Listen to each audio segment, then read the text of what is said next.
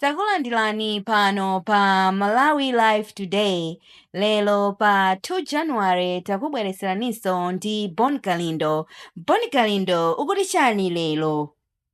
Ine ngati president wa anthu osauka woyamba kuno ku Malawi, the DC, nditati ndisachitepo komenti pa kabineti yatuluka usiku ndiye kuti ndikulakwirani a Malawi.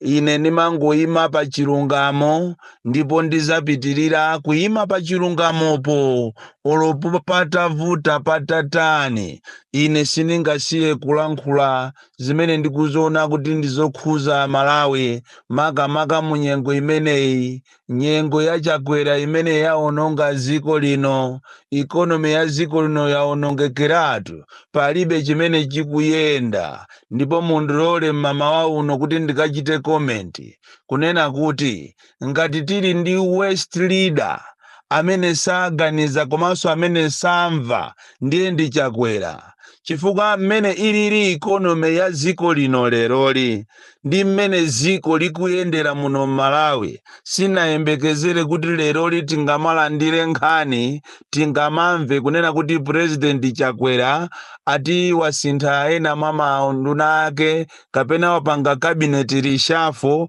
Kabineti reshuffle ijanso ndikukakhala ya anthu 31 koma akuluakulu amene anatiloza ifeyo akuyenera kuti atikhululukire. Tikamanena kuti dziko ili ndi la mamafiya, Amalawi muzikhulupirira, dziko ili likulamulidwa ndi asatana amene sakuganizirapo kena kalikonse kokhuza mavuto a anthu, makamaka mu nyengo ino imene fetereza kulibe, chakudya kulibe, ndalama forex kulibe, ndalama ya Malawi ingogwa deire. Leroli ndikupezeka kuti president ndi president ndikukatulusa nduna 31 mu ikonomi yovuta ngati imene iyi. Koma Kamuzu anali dolo. Kamuzu anali dolo kopya, chifukwa Kamuzu nthawi ya Kamuzu amakhoza kukhala maunduna atatu kumusankha minister mmodzi. Kamuzu tu amene ndikungokhala ndi ma PS mwina awiri kapena atatu ochita run the ministry. Nthawi imene yoyo Kamuzu amakhala ndi Minister of Education, Sports, Youth and Culture. 3 ministries combined together. Ndikungokhala ndi ma PS ochepa kuti azichita run the ministry. Koma leroli mu economy yovuta ngati inu zoona mukakasankhe Minister of Education ndikukasa wa higher education, ndikukasankhaso Minister wa basic education. Malawi momuno economy yake itiyo, mavuto ake ati, ziko lake liti, ziko lopempha, anthu amadalira kupempha, posachedwa pamunali kunja kukapempha mafuta azatenge. Leroli ndithu kukapanga matama ndikukasankha ama ministers 31 muziko lovuta ngati limene lili, ndalama ikungogwa mwachinsinsi. IMF ndi ikutikaniza kutibwereka ndalama, ndiponso akuchita bwino kuti ndalamazo azizikaniza chifukwa ngongole zachuluka kwambiri. Maiko olemera ngati United Kingdom kuli 22 cabinet ministers only. Tikapita mu England, mu Wales, Northern Ireland, Scotland, koma kunoko tikasankhe ndithu ma ministers 31. Awiri ne serious tikamakuuza ni Amalawi kunena kuti ziko linolo likulamulidwa ndi mamafiya, muzikhulupirira. Ndipo kabineti iyi ma ministers awawawa angosankhidwa kufuna kukonzekera chisankho cha 2025. Iyi ndi bonasi kupasana ndalama kuteroko ngati anasankha ma ministers 2020 kuzafika lero osachita reshuffle. Ndiye kuli bwanja awasankhidwa pano amusayembekeze kuti kukhalaso cabinet reshuffle yaye. As long as I know Chakwera ndi president wokumva zake zokha ndiponso pena umati ukakhala munthu umazifunsa kuti kodi ameneyi akulamulira ndi iye kapena someone alipo ena aja akulamulira ndi amangomuuza zochita chifukwa it doesn't make sense kunena kuti mmene alili Malawi ndiye tikasankhe maministers 31 are we really serious? And maministers ena asankhidwawo ndi otengedwa muzipani za anyake. Of course the writing was on the wall. Zimachita kuoneka masainzi analipo kalankhulidwe kawo ka anthu enawo amene asankhidwawo kalankhulidwe kawo kamachita kudabwisa ziko kunena kuti kodi awawawa akufuna anene kuti chani. Lero mukaona achisulu ali mmenemo, achambo ali mmenemo, achomanika ali mmenemo, musadabwe kwambiri iyayi. Iyi ndi cabinet yochita na reward kupanga na reward kuti anthu akhale ndi ndalama zapamwamba kufuna kuti wina ache aoneke ati abere zisankho. Iyi ndi cabinet yomvesa chisoni kwambiri. Kumaona anthu amene ali mmenemo umangozwa kuti yes Satana adi anayenda wapasi m'Malawi muno chifukwa pamene tinkayembekezera kuti somano this time 2025 chakwera apanga zinthu zokupya aonesa Amalawi kuti he is a serious person. Oi ndi pamene somano akubweresa mbwerera za mbwerera and ma ministers ena wakuti ati akuchita act on a plane crash mwala kuti amange for taking a role imene anthu Amalawi ndi okwiya kwambiri pa nkhani ya ngozi ya ndege mama kuti amange akuti is acting on the plane crash report akungowapusintha ndikuwapasa ministry ina. We are not serious. Malawi is a total joke. It is a total joke. Chifuka by now ndi report lijalo la fake lina tuluka lijalo by now anaene atachita act atamangidwa anthu ena koma lero akungosinthana koma ife amene anatiloza nirezo tumuna ine president kapena headmaster akhoza kusankha tubwinotu kusankha kuti ministry iyi kukhale uyu ministry uyi kukhale uyu timange anthu enawo ndi manani performance sakupanga china chilichonse ata palibe ene value imene abweresa mbomamu chitengereni MCP boma ziko linolo palibe chimene abweresa palibe enawo ministry ikukhala ngati ndi yawo anakhala ngati anakhwimira kuchoka 2020 kuzafika lero mpando wawo ndo omwewo basi kaya amakhala ni ma meeting usiku kumauzana kuti usazayerekezetu uzakangoyerekeza kundichosa iwe wanyabasi Charagwe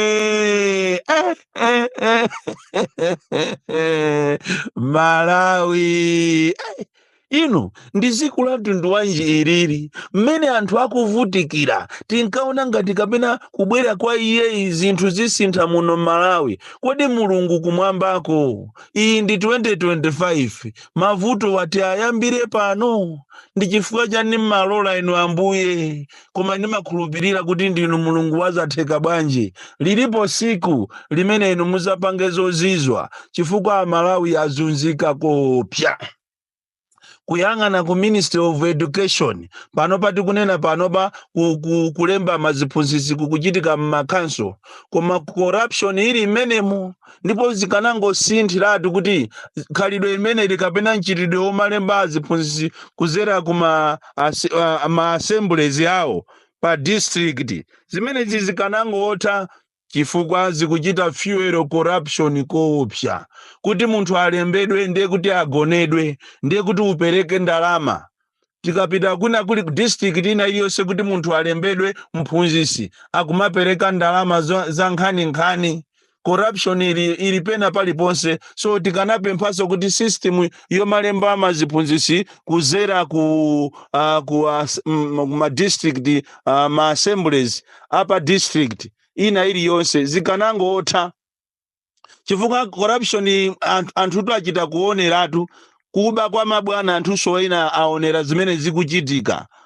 tikapita ku polisi kunde tapita ni pazombapa mukaone aja amapita a PMF amapita kukalondera ujeni njanje aja pamene amene ajawo akungopita kumene kuja ngati ganyo koma kuli bwana kuzomba ku bwana wa PMF amene akulandira mamiliyoni kuchokera kwa anthu amene aja okagwira ntchito kujeni ku njanje ajawo amene ajawo amene amakalondera njanje uko kuna yuchi uko amene ajawo amangopitako ngati anthu basi chabe ongoona kuti apita koma ndalama zonse zikupita kwa bwana wa PMF wa Zomba amalandira kumene koma 400 aliyense ochoka kumene koko amakapereka ndalama ngati sukupereka ndalama unya suzapitanso.